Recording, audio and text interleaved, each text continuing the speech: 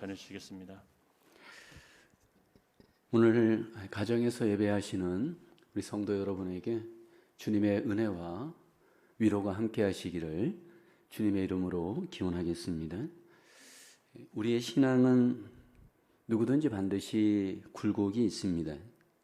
신앙의 오르막길이 있으면 신앙의 내리막길도 있습니다. 신앙의 내리막길에 있게 될 때 우리가 마음이 굉장히 힘들게 되어집니다. 신앙의 내리막길에서 우리가 겪는 영적 고통의 시간을 보통 우리는 영적 침체의 시간이라 말합니다.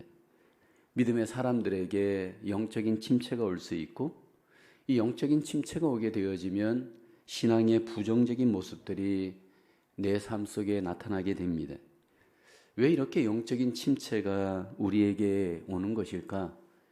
영국의 유명한 성공의 목사님이었던 로이드 존즈 목사님이 영적 침체라고 하는 유명한 책을 남겼습니다. 로이드 존즈 목사님은 그 책에서 영적인 침체가 왜 발생하는가 여러 가지 발생의 이유를 이야기합니다.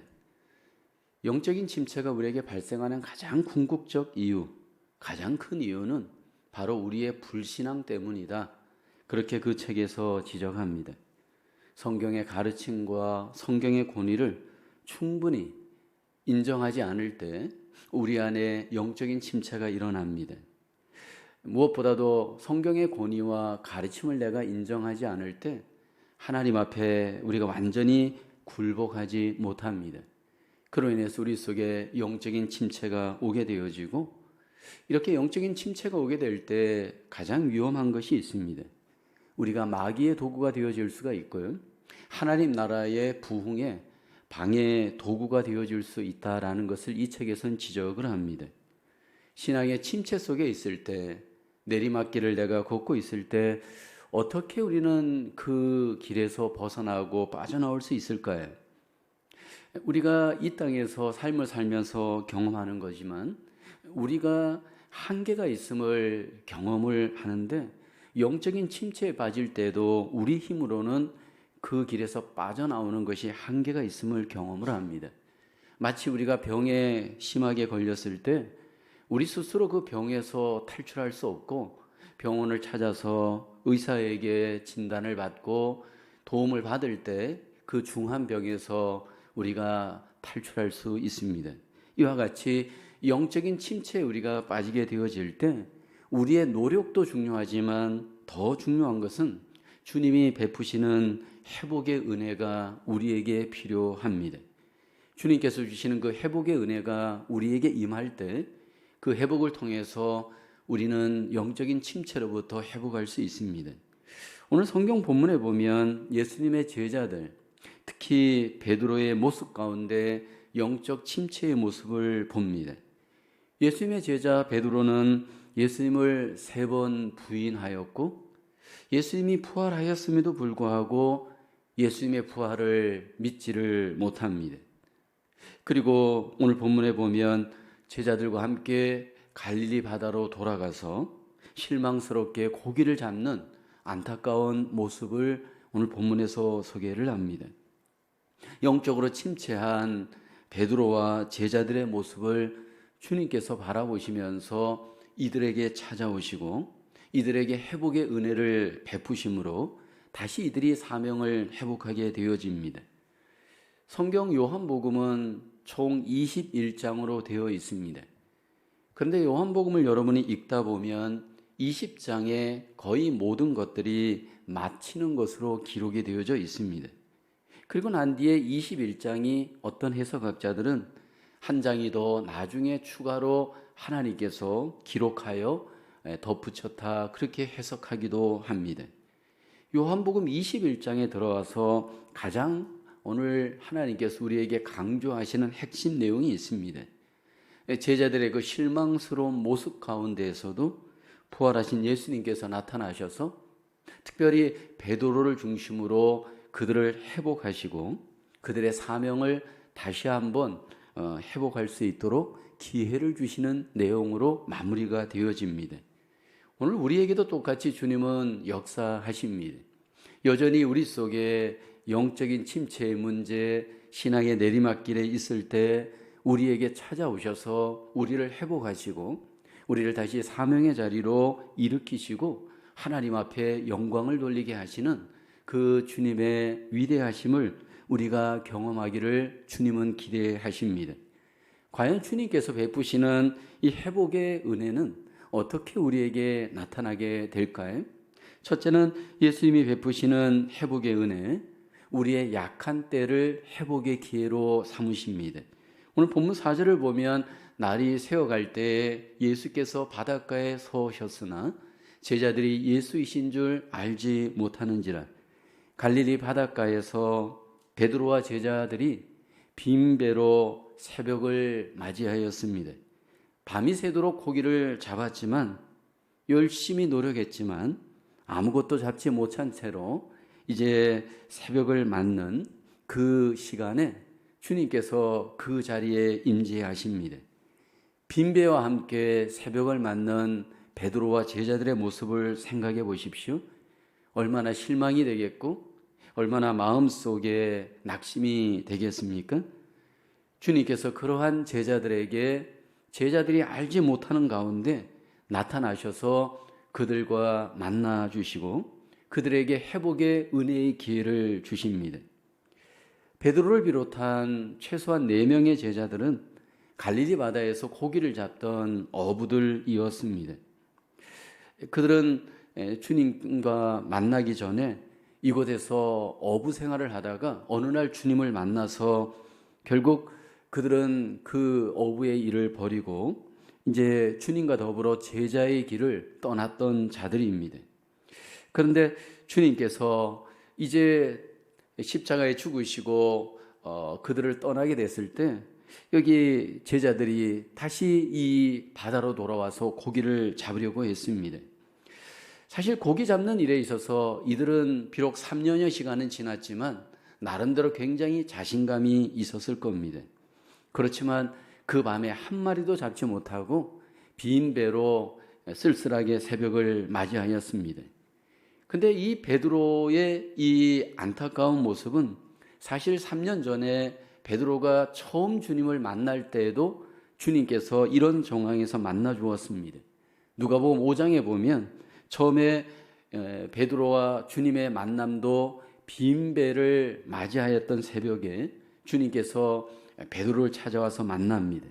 그때도 밤이 새도록 고기를 잡았지만 한 마리도 못 잡고 쓸쓸하게 아침을 맞이하는 그때에 주님께서 찾아오셨습니다. 그리고 만나 주셨고 그를 제자 삼아 주었습니다. 우리가 주목할 것은 3년이 지난 시간에 주님을 쫓아다녔던 베드로가 왜 다시 갈릴리 바다로 돌아왔을까라는 겁니다. 분명히 주님의 제자로 새 삶을 살겠다고 출발하였던 베드로였지만 주님이 십자가에 죽고 나자 다시 그들은 과거로 돌아갔습니다.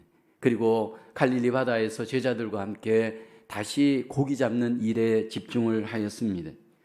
사실 이렇게 과거로 돌아가고자 하는 이 안타까운 모습이 베드로뿐만 아니라 오늘 우리에게도 있을 수 있습니다. 영적인 침체가 오게 되어지면 우리의 삶은 다시 과거로 돌아갑니다. 예수를 믿고 믿음의 길로 하나님 앞에 살고자 했지만 여전히 현실은 어렵고 현실 속에 믿음으로 말미암는 만족감이 없을 때 이렇게 과거로 돌아가고자 하는 유혹이 우리에게 찾아옵니다. 이렇게 과거로 돌아갔을 때 여기에 같이 또 함께 동조하여서 과거로 돌아가는 제자들의 모습처럼 우리 주변에 그런 이들이 있을 수 있습니다. 오늘 본문 3절을 보면 시몬 베드로가 나는 물고기 잡으러 가노라 하니 그들이 우리도 함께 가겠다 하고 나가서 배에 올랐으나 그날 밤에 아무것도 잡지 못하였더니 여기 베드로와 함께 최소한 여러 명의 제자들 2절에 보면 그 제자들의 이름이 소개됩니다. 시몬 베드로와 디두모로 하는 도마와 갈릴리 가나 사람 나다나엘과 세베대의 아들들과 또 다른 제자 둘이 함께 있더니 그날 밤에 갈릴리 바다에서 최소한 7명이 연합하여서 고기를 잡으려고 하였습니다. 그들의 힘을 다 동원하였고 기술을 다 동원하였지만 그 결과는 실패하였습니다. 그리고 그 자리에 주님께서 은혜로 찾아오셨습니다. 주님께서 이 자리에 왜 찾아왔을까요?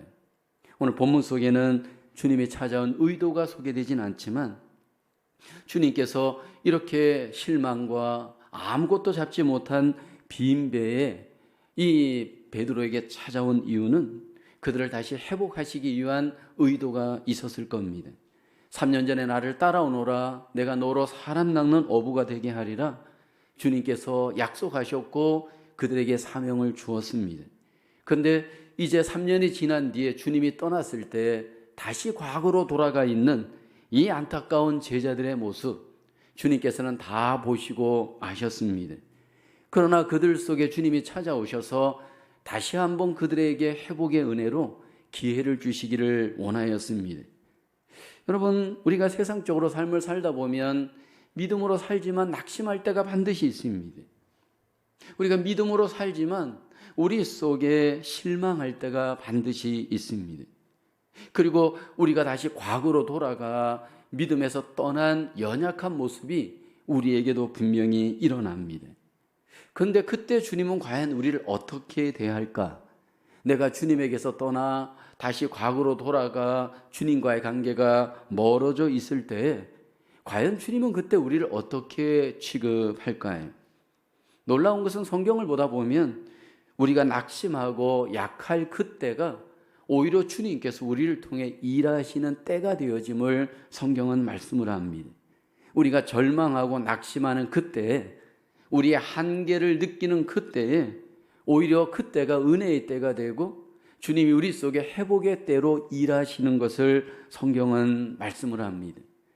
구약 성경에 보면 아브라함이 믿음으로 하나님의 부르심을 떠나 이제 새로운 미션을 갖고 삶을 살아갑니다. 그렇지만 아브라함이 큰 실수를 범하게 되어집니다. 고향을 떠나갔을 때 그 삶 속에 기근이 오게 되자 애굽으로 그 기근을 피해 내려갑니다. 그 애굽에 내려갔을 때 아브라함이 아내 사라가 너무 얼굴이 이쁜 나머지 걱정을 합니다. 그래서 사람들에게 거짓말을 하게 합니다. 사라를 자기의 누이라고 거짓말을 하게 합니다. 이제 애굽에 이르렀을 때 애굽 왕 바로가 사라를 궁으로 끌어들입니다. 이제 아브라함은 자칫하면 아내를 빼앗길 수 있는 그런 위기에 처하게 되어집니다. 엄청나게 실수를 한 겁니다. 아내를 누이라고 했기 때문에 누가 뺏어도 할 말이 없습니다. 그런데 하나님께서 이 실수하고 연약한 아브라함을 그냥 내버려 두질 않습니다. 하나님께서 긍휼히 여기시고 그를 회복시키시잖아요. 창세기 12장 17절에 보면 여호와께서 아브라함의 아내 사레의 일로 바로와 그 집에 큰 재앙을 내리신지라. 연약해 있는 아브라함, 거짓말하면서 실수하고 있는 이 아브라함을 하나님께서 긍휼히 여기시고 오히려 바로의 집에 큰 재앙을 내리십니다. 하나님께서 긍휼히 여기시고 아브라함을 회복을 시키십니다. 이 일로 인해서 하나님께서 아브라함과 그 아내 사라에게 오히려 애굽에서 큰 소유를 얻고 안전하게 그곳을 떠날 수 있도록 하나님이 회복의 은혜를 베풀어 주셨습니다. 믿음의 사람들도 실수하고 연약함이 있고 하나님 앞에 이렇게 저렇게 소원한 삶의 시간을 가질 때가 있습니다. 그때마다 하나님께서 우리를 그냥 내버려 두지 않고 우리의 연약함 속에 긍휼을 베푸시고 은혜를 주시면서 회복의 기회로 일하십니다. 내가 약할 그때에 어쩌면 주님께서 그 큰 능력으로 우리 속에 개입하심으로 하나님의 하나님 되심을 일하시게 하는 기회로 역사하시기도 합니다. 그래서 성경의 바울은 자신의 그 약함으로 인해서 하나님께 이런 감사를 합니다. 고린도서 12장 9절에 보면 나에게 이르시기를 내 은혜가 내게 족하도다. 이는 내 능력이 약한 데서 온전하여짐이라 하신지라.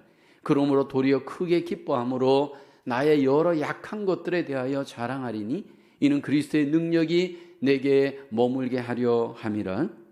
오늘 우리가 영적으로 때로 약해 있을 수 있고 내 삶 속에 이런저런 약함으로 인해서 실수할 수도 있습니다. 그러나 분명한 것은 주님께서 자기에게 속한 자기 백성들을 버려두지 아니하시고 약할 그때에 개입하셔서 회복의 은혜를 주시고 하나님 앞에 다시 한번 일어설 수 있도록 하나님이 은혜를 베풀어 주시는 줄로 믿습니다. 내 삶 속에 약함으로 인해서 나를 회복하시는 그 주님이 나를 돕고 계심을 믿음으로 바라볼 수 있기를 주님의 이름으로 축원합니다. 두 번째로 예수님이 베푸시는 회복의 은혜, 주님의 말씀을 회복의 도구로 사용하십니다. 오늘 갈릴리 바닷가에 이제 주님께서 찾아오셔서 6절에 베드로에게 제자들에게 말합니다. 이르시되 그물을 배 오른편에 던지라 그리하면 잡으리라 하시니 이에 던졌더니 물고기가 많아 그물을 들 수 없더라. 주님께서 그 아침에 빈 배를 맞이한 베드로와 제자들에게 오셔서 그물을 배 오른편에 던져라 말씀을 합니다. 이 본문은 누가복음 5장도 비슷한 내용으로 소개가 되어집니다. 처음 주님께서 베드로를 만났을 때 그날도 주님께서 나타나셔서 빈 배에 베드로를 향해서 그렇게 말씀을 합니다. 깊은 데로 가서 그물을 내려 고기를 잡으라. 그때 베드로가 말씀에 의지하여 그물을 내렸습니다. 그랬더니 그물이 찢어질 만큼 많은 고기를 베드로가 잡았습니다. 오늘 본문에서도 똑같습니다. 3년 뒤에 주님께서 이제 아무것도 잡지 못한 베드로를 향해서 그 아침에 말씀하신 겁니다. 그물을 배 오른편에 던져라 주님은 말씀하였습니다. 그리고 베드로는 그 말씀에 순종하였고 그때 잡은 물고기 숫자가 153마리가 되었다 성경은 말씀을 합니다. 많은 경우에 우리 인생 속에 바닥을 칠 때, 침체의 삶에 있을 때 도대체 여기에서 어떻게 내가 일어날 수 있는가 우리는 마음속에 고민하게 되어집니다. 과연 도약의 기회가 무엇일까? 과연 전환점이 무엇일까? 여러분 우리 속에 고민하면서 그 방법을 찾을 때가 있습니다. 근데 성경을 보게 되면 우리의 인생의 도약과 전환을 가져오게 하는 하나님의 위대한 회복의 도구는 말씀입니다. 하나님께서 우리에게 영적인 침체든 삶의 침체든 어떤 정황에서 회복을 원하는 분들이 있다면 주님은 우리에게 말씀으로 우리를 그 회복의 도구로 사용을 하십니다. 영적인 침체에 있을 때 주님께서 제자들에게 오셔서 반복하여서 강조했던 것을 보면 항상 그 중심에는 말씀이 있었습니다.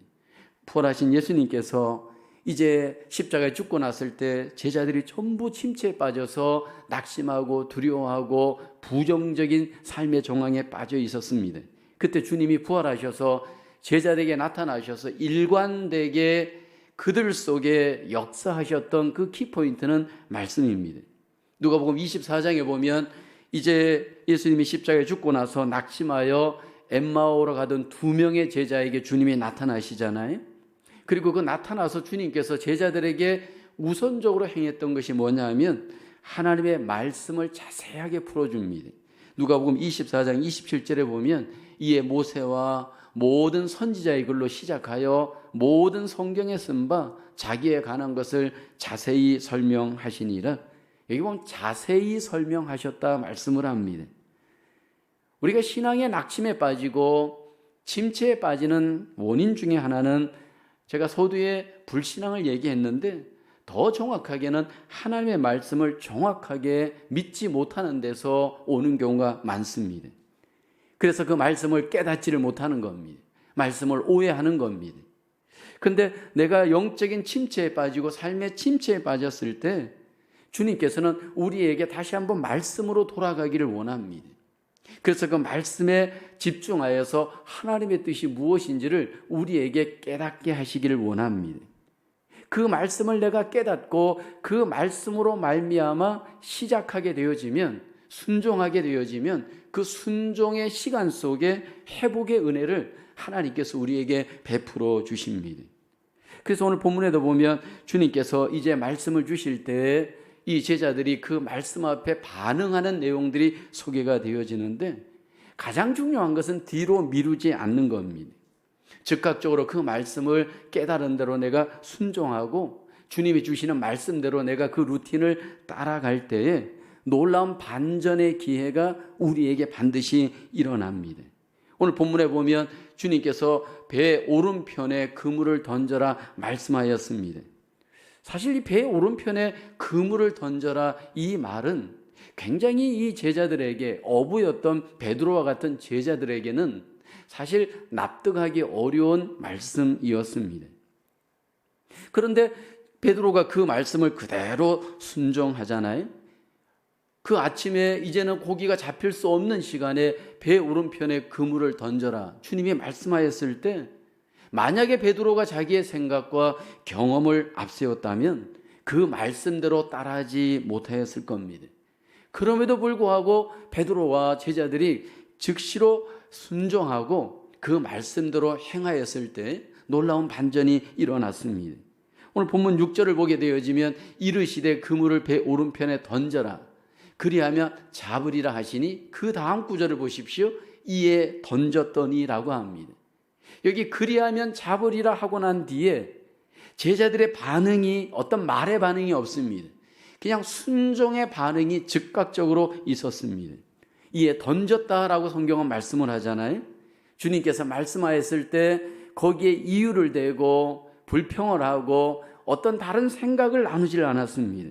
그대로 순종하였습니다. 그랬더니 놀라운 반전이 그들 속에 일어났습니다. 여러분, 우리에게 정말 어려운 것이 뭐냐 하면, 우리에게는 이미 입력된 많은 생각들이 있습니다. 어떤 지식을 통해서, 경험을 통해서 우리 안에는 나름대로 나의 생각들이 많이 있습니다. 그리고 이 생각들은 주의 말씀과 충돌이 자꾸 일어나요. 그 충돌이 일어남으로 인해서 우리 속에 주님을 순종하기에 참 불편하게 만드는 경우가 많습니다. 내 삶에 침체가 오고 영적인 침체가 왔을 때 사실 우리 속에 이렇게 부정적으로 반응하는 이 생각을 어떻게 주님께 내려놓고 말씀대로 내가 순종해 갈 것인가? 이것이 오늘 우리의 과제입니다. 중요한 것은요, 주님께 말씀으로 순종해 갈 때 그 순종과 더불어 주님의 회복의 놀라운 은혜가 우리에게 일어나기 시작을 합니다. 주의 말씀대로 믿고 따라갔을 때 그곳에 주님의 일하심으로 인하여 우리의 영적인 부활뿐만 아니라 삶의 놀라운 회복도 하나님이 우리에게 베풀어 주시는 줄로 믿습니다. 근데 이 일은 인간적으로 보면 굉장히 미련해 보일 수 있습니다. 그래서 사실 믿음 생활은 적당히 미련해야 잘할 수 있습니다. 우리의 삶 속에 인간적인 미련함을 우리는 사실을 통하여서 주님께 무조건적으로 순종해 가는 것, 이것이 인간적으로는 굉장히 어리석어 보이지만 주님께서는 가장 기쁘게 여기시고 지혜롭게 여기는 기회가 되어지는 줄로 믿습니다. 오늘도 남은 생에도 우리의 삶 속에 다시 한번 내 삶이 전환점이 되어지기를 원한다면 주님이 주신 그 말씀대로 내가 무조건 믿고 순종하며 주님을 따라갈 수 있는 우리의 삶이 되어지기를 원합니다. 그곳에 주님의 공급하심과 풍성하심과 회복하심이 반드시 나타나게 되어질 줄로 믿습니다. 오늘도 남은 생에도 우리 속에 주님이 주시는 놀라운 회복이 말씀과 더불어 우리 속에 경험되어질 수 있기를 주님의 이름으로 축원합니다. 세 번째로 예수님이 베푸시는 회복의 은혜는 우리의 약한 육체도 온전하게 회복하십니다. 오늘 본문 9절을 보게 되면 예수께서 이르시되 와서 조반을 먹으라 하시니, 제자들이 주님이신 줄 아는 거로 당신이 누구냐 감히 묻는 자가 없더라.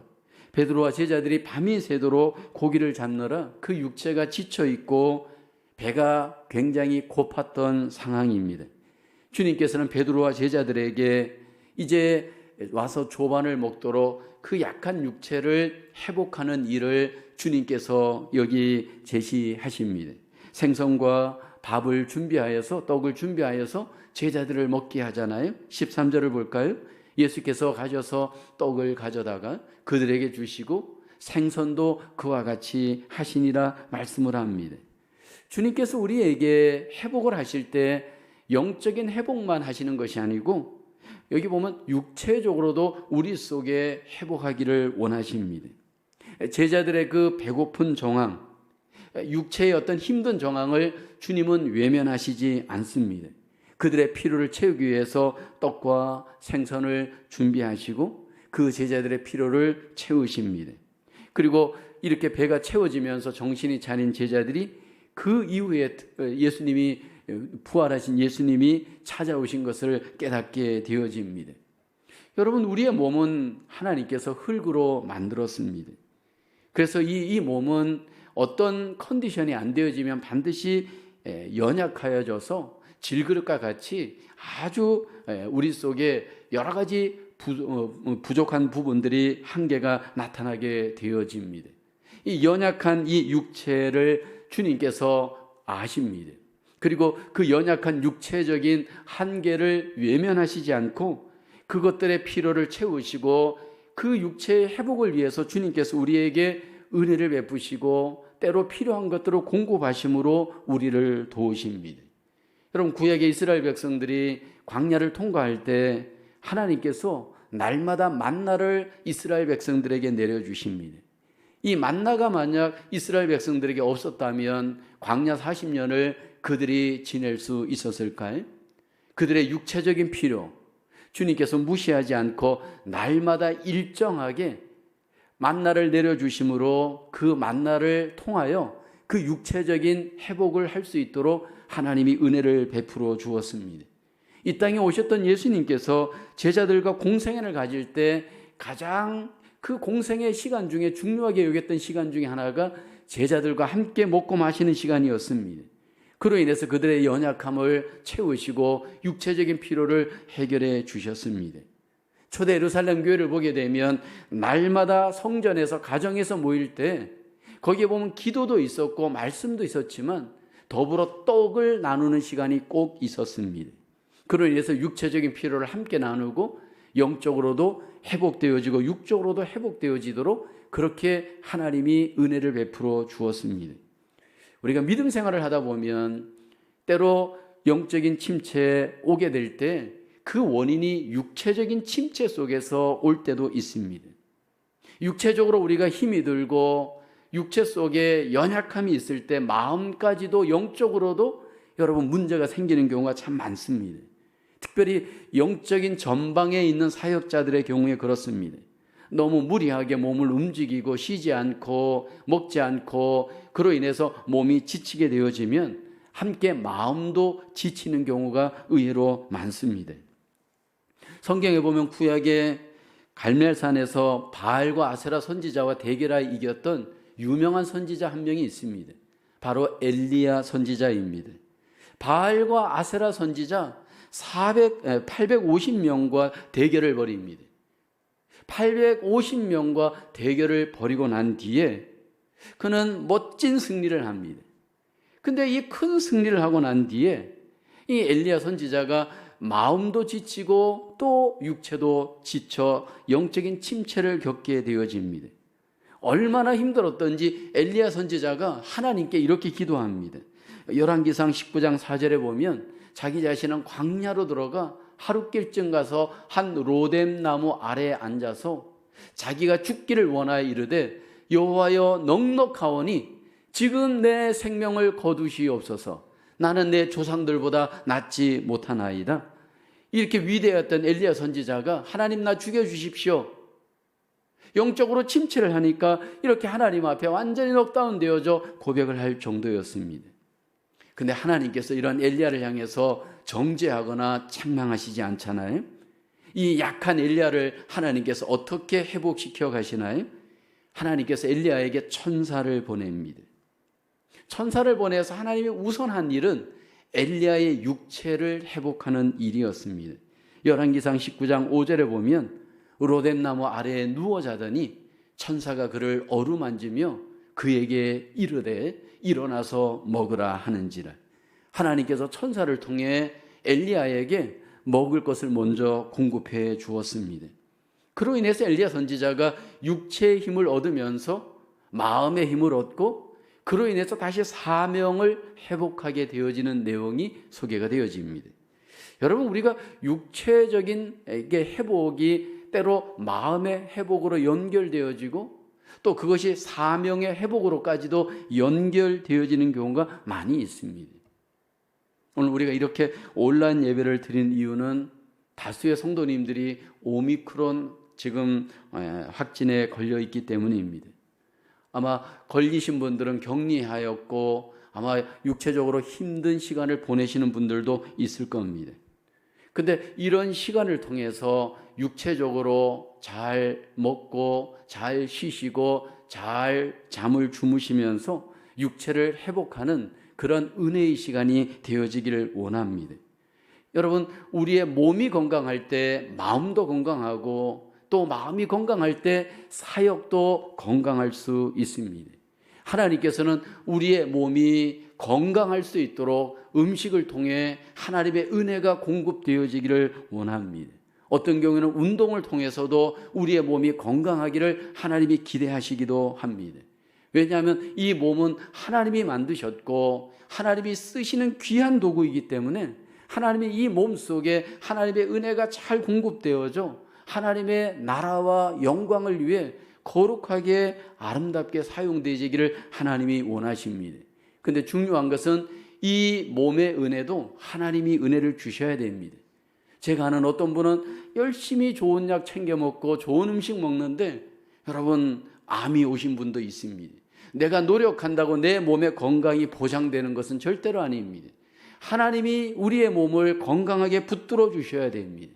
회복의 은혜로 함께 해 주셔야 됩니다. 저와 여러분 속에 하나님이 쓰시는 귀한 언약의 백성, 사명자들에게 하나님께서 몸의 회복을 통해 하나님께 영광 돌릴 수 있도록 은혜를 베풀어 주시고 회복하여 주시고 하나님 앞에 영광 돌리게 하실 줄로 믿습니다. 우리 주님은 자기 백성들이 회복하기를 원합니다. 자기 백성들이 분명히 영적으로 육적으로 연약하여 침체에 빠지는 것 주님은 다 아십니다. 그러나 주님께서 야단치고 정죄하지 않고 그 약함 속에 찾아오셔서 회복의 은혜로 다시 일으키시고 다시 사명의 자리로 하나님 앞에 영광 돌리도록 기회를 주시는 줄로 믿습니다.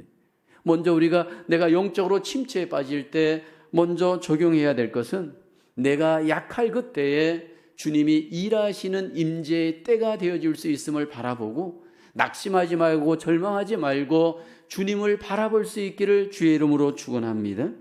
둘째는 우리가 영적으로 침체할 때 말씀의 회복이 우리에게 필요합니다. 주님께서 주신 어떤 말씀도 주님의 음성으로 듣고 그대로 즉시로 따라하며 순종해 갈 때 거기에 놀라운 주님의 회복의 은혜, 능력의 은혜, 주님의 놀라우신 영광의 역사를 경험하게 되어질 줄로 믿습니다. 셋째로 우리가 영적인 침체는 대부분 보면 몸의 약함과 더불어 오는 경우가 많습니다. 주님께서는 이 몸을 잘 회복할 수 있도록 몸을 통해서도 건강을 회복할 수 있도록 하나님이 우리에게 은혜를 베풀어 주시는 줄로 믿습니다. 쉼과 음식을 통해서 이 몸이 잘 보존되고 회복되어지도록 주님께서 은혜를 베풀어 주실 줄로 믿습니다. 우리의 삶 속에 영적인 침체가 우리의 삶을 오히려 반전하고 회복하여서 더욱더 주님 앞에 사명자로 영광을 돌리는 귀한 하나님의 자녀들로 우리 모두가 승리하고 하나님 앞에 영광 돌릴 수 있기를 주님의 이름으로 축원합니다. 기도하겠습니다. 은혜가 풍성하신 하나님, 연약하고 부족하여 때로 영적인 침체의 자리에 저희가 빠져 하나님 앞에 영광 돌리지 못하는 삶을 살았던 때가 있음을 고백합니다. 하나님, 이런 우리를 긍휼히 여기시고 찾아오셔서 우리를 위로하시고 우리에게 다시 한번 회복의 기회를 주시고 무엇보다도 말씀으로 다시 한번 주님의 놀란 은혜를 회복을 경험할 수 있도록 우리를 사랑하여 주심을 믿고 감사를 드립니다. 우리의 약한 몸도 주님의 은혜로 회복되어져서 사명을 감당하며 회복을 통하여 영광 돌리는 귀한 은혜를 베풀어 주심을 믿습니다. 모든 주의 백성들 가운데 회복의 은혜를 통하여 다시 한번 주님의 사명을 회복하게 하시고 영광을 나타내는 주님의 귀한 하나님의 자녀들 되어질 수 있도록 하나님 축복하여 주시옵소서. 감사하고 예수님의 이름으로 기도하옵나이다. 아멘.